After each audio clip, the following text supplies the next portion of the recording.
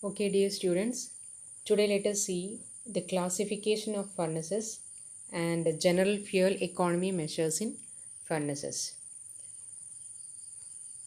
As we know, a furnace is an equipment to melt metals for casting or heat materials for change of shape, that is, for example, rolling and forging, or change properties, just like heat treatment.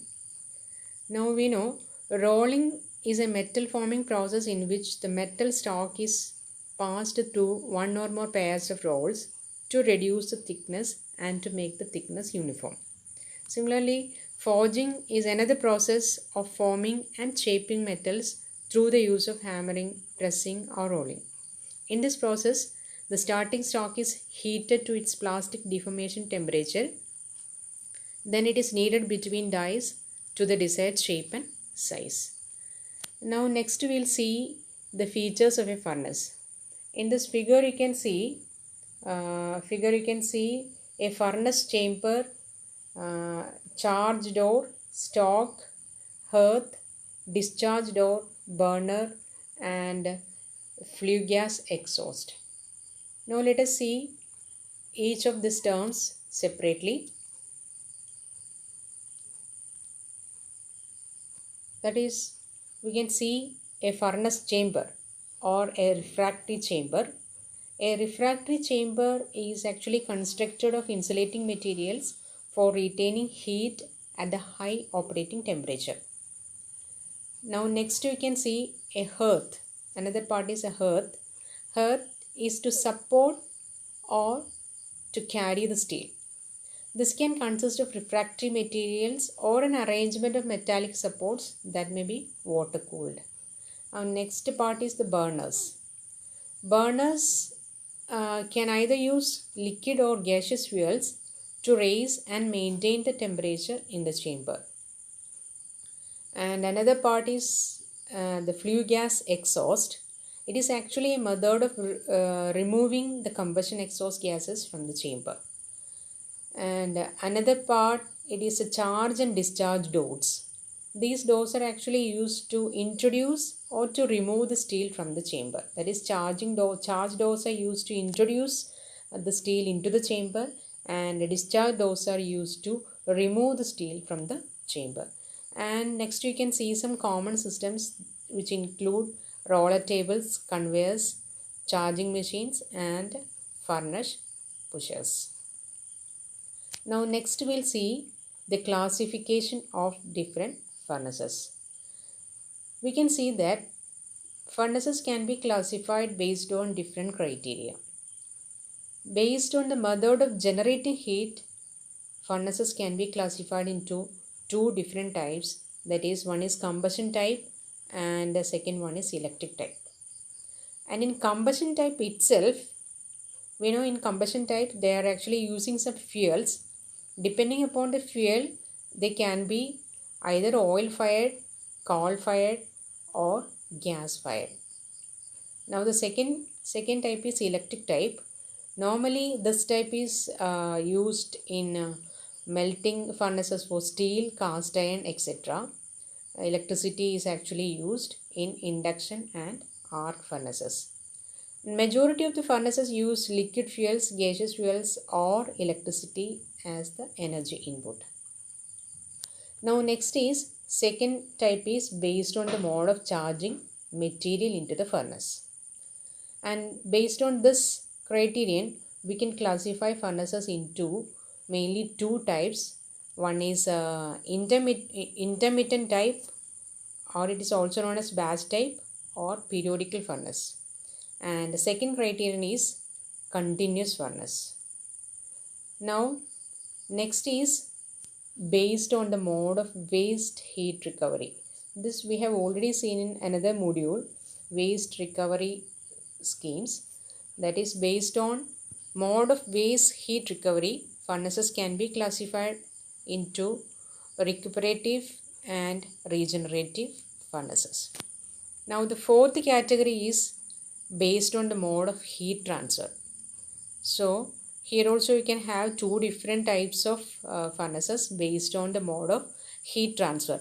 One is open fireplace furnace and the other one is heated through some kind of medium.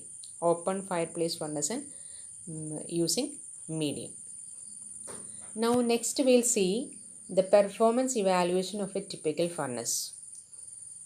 So we know the thermal efficiency. What is the thermal efficiency of boilers? We have already seen thermal efficiency. Similar to that, here also we can see that the thermal efficiency is actually the ratio of heat delivered to the material and heat supplied to the heating equipment. So thermal efficiency is the ratio of heat delivered to a material to that of heat supplied to the heating equipment. Or you can write thermal efficiency of the furnace is equal to heat in the stock divided by heat in the fuel consumed for heating the stock. Now next we will see a very important diagram. It is known as Sankey diagram, which shows the energy losses in a furnace. Sankey diagram shows the energy losses in a furnace. So this figure you can see a gross input or the purchased fuel is shown here, and from the gross input some available heat can be seen there, and this available heat is actually divided into many parts. Some is actually going like flue gas losses, some is loss as wall conduction losses, and some as opening or radiation losses, and some goes to the conveyor losses, and some heat is actually stored in the furnace itself, and finally you can see the net output or heat to the load. Now we'll see all these terms once again. That is in Sankey diagram we can see that there are different types of losses. In that the first one is stored heat loss. Stored heat loss is nothing but we can see that the metal structure and the insulation of the furnace must be heated, so their interior surface are about the same temperature as the product they contain. So this stored heat is held in the structure until the furnace shut down. Then it leaks out into the surrounding area. So this is actually known as the stored heat loss. So stored heat loss is the heat which is captured by the furnace and the insulation or the interior surface, so that the temperature of the product will be the same as that of the furnace. So this stored heat is actually a loss. It leaks out into the surrounding area when the furnace shut down. And second type of losses, it is the wall losses. So wall losses means the wall or transmission losses are actually caused by the conduction of heat through the walls, roof and floor of the heating device. Once that heat reaches the outer skin of the furnace and radiates to the surrounding area or is carried away by the air currents, it must be replaced by an equal amount taken from the combustion gases. So this is also another type of losses. It is the wall losses. Now the third one is the material handling loss. Actually we know conveyor belts or the product hangers that enter the heating chamber cold and leave it at higher temperatures drain energy from the combustion gases. That is, whenever we are actually handling the stock into the furnace, we are using some conveyor belts or some hangers for this purpose. So actually these materials, they are entering into the chamber with a cold condition, but after that while leaving the chamber the temperature of this materials will be high. So some amount of energy is actually we are losing there. So such energy loss, it is known as material handling losses. And next one is the cooling media losses. We know we are using some cooling media just like water or air as the cooling media, and we know they protect the rolls, bearings and the doors in hot furnace environments, but this is actually done at the cost of some energy loss. So these components and their cooling media, that is water or air, become the conduit for additional heat losses from the surface or from the furnace. So this is another type of losses which is occurring in a furnace. It is a cooling media losses. And next one is the radiation or opening losses.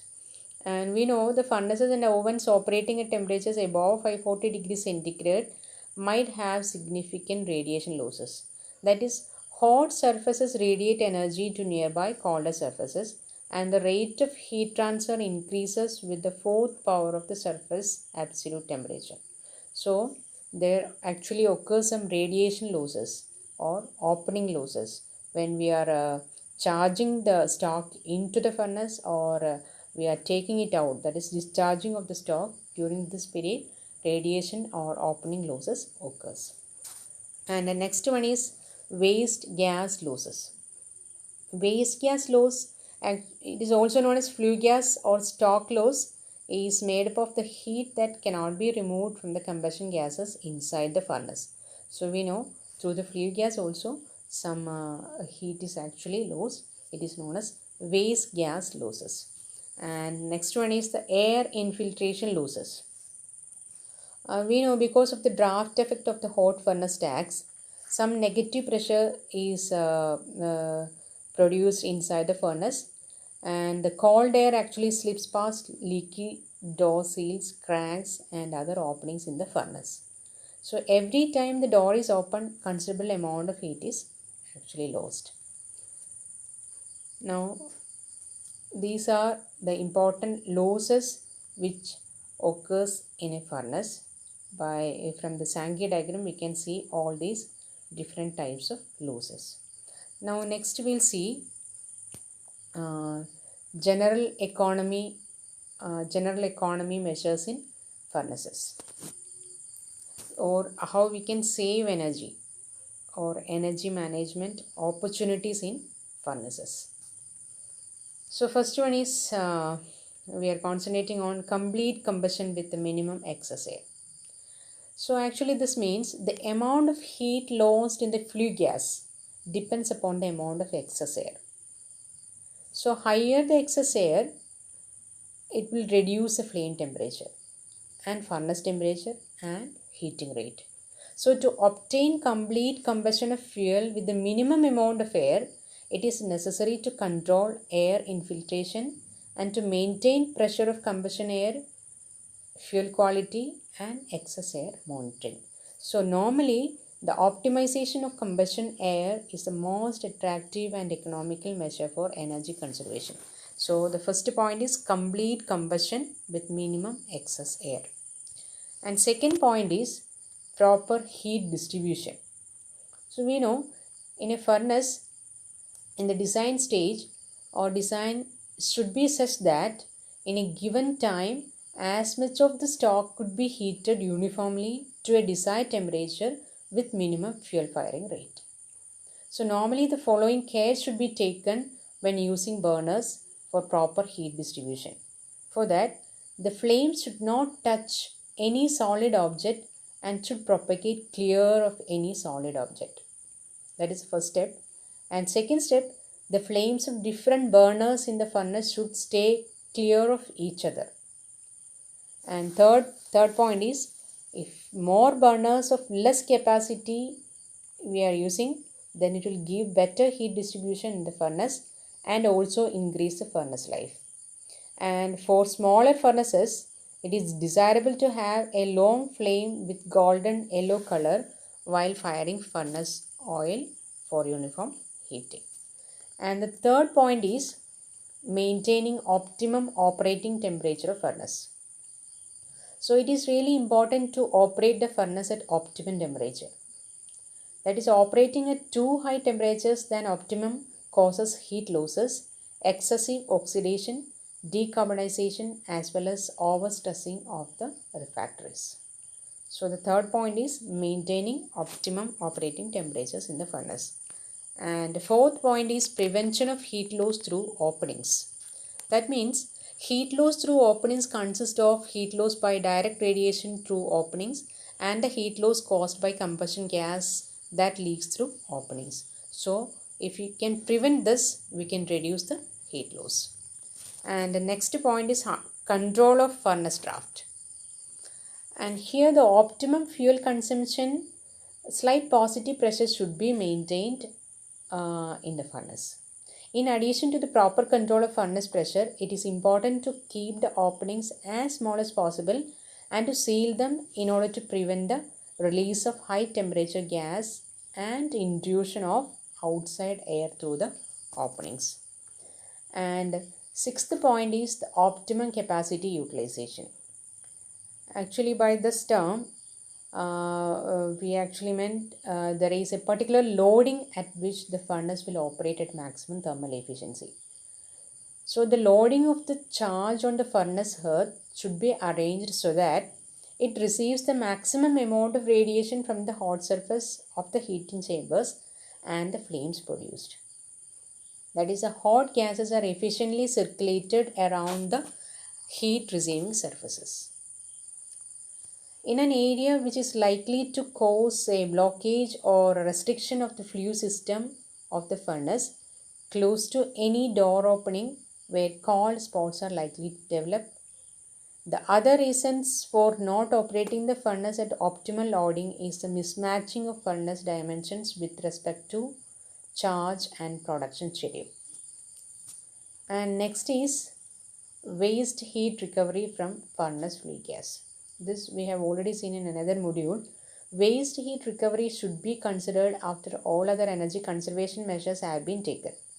Minimizing the generation of waste heat should be the primary objective. That is, a sensible heat in the flue gas can be generally recovered by the following methods. That is, we can preheat the charge or the stock. That is charge preheating. And preheating of combustion air. And another one is utilize waste heat for other purpose. And the next point is minimizing wall losses. That is, the heat loss from the furnace walls affect the fuel economy considerably. The extent of wall losses depend upon different factors. They are the emissivity of the wall, thermal conductivity of refractories, wall thickness, and whether the furnace is operated continuously or intermittently. And heat loss can be reduced by increasing the wall thickness or through the application of insulating bricks.